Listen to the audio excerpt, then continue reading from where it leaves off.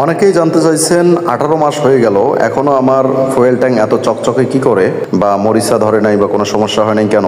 আসলে আমি আপনাদেরকে এর আগেও দেখিয়েছিলাম, আমি তেল ভরি, যখন আমার তেল শেষ হয়ে যায় তখন একবারে আমি ট্যাঙ্কি ফুল করে নেই, অর্থাৎ 1399 বা 1299 টাকার তেল নেই।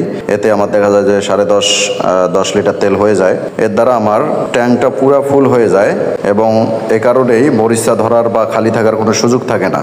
এটা একটা কারণ। এবং যদি কোনো ময়লা পড়ে, পানি পড়ে, সেটা আমি মুছে পরিষ্কার করে দেই। এই দেখেন, আমি আজকেও তেল নিচ্ছি একদম ট্যাঙ্কি ফুল করে, অর্থাৎ কোনো জায়গা খালি নাই। যদিও বা এটা ফুয়েল ট্যাঙ্ক 11 লিটারের, কিন্তু এছাড়াও আরও কিছু ফাঁকা জায়গা থাকে যেখানে আরও 1-1.5 লিটারের মতো বা 2 লিটারের মতো তেল ভরে। কিন্তু নিয়ম হলো, যেহেতু 11 লিটার ফুয়েল ট্যাঙ্ক, তাই 11 লিটারেই নেওয়া উত্তম। কিছুটা খালি রাখা দরকার, কেননা এর ভিতরে খালি রাখতে হবে, এই কারণেই খালি রাখে, বেশি জায়গা দিছে। এবং আমি তেল সবসময় 10 কিলোমিটার দূরে গিয়ে ভরে নিয়ে আসি, একটা পাম্প থেকেই ভরি সবসময়। এ কারণে ভেজাল থাকার বা তেল কম পাওয়ার সুযোগ থাকে না।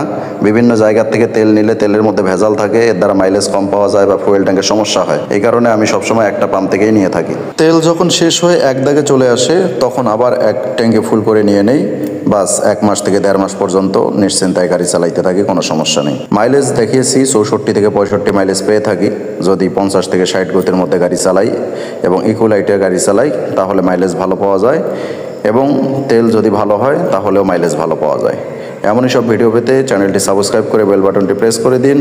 এবং যারা পেজ থেকে দেখতেছেন, অবশ্যই ফেসবুক পেজটিতে ফলো দিয়ে সাথে থাকুন। সকলে ভালো থাকুন, সুস্থ থাকুন। পরবর্তীতে দেখা হবে নতুন কোনো ভিডিওতে। আল্লাহ হাফেজ।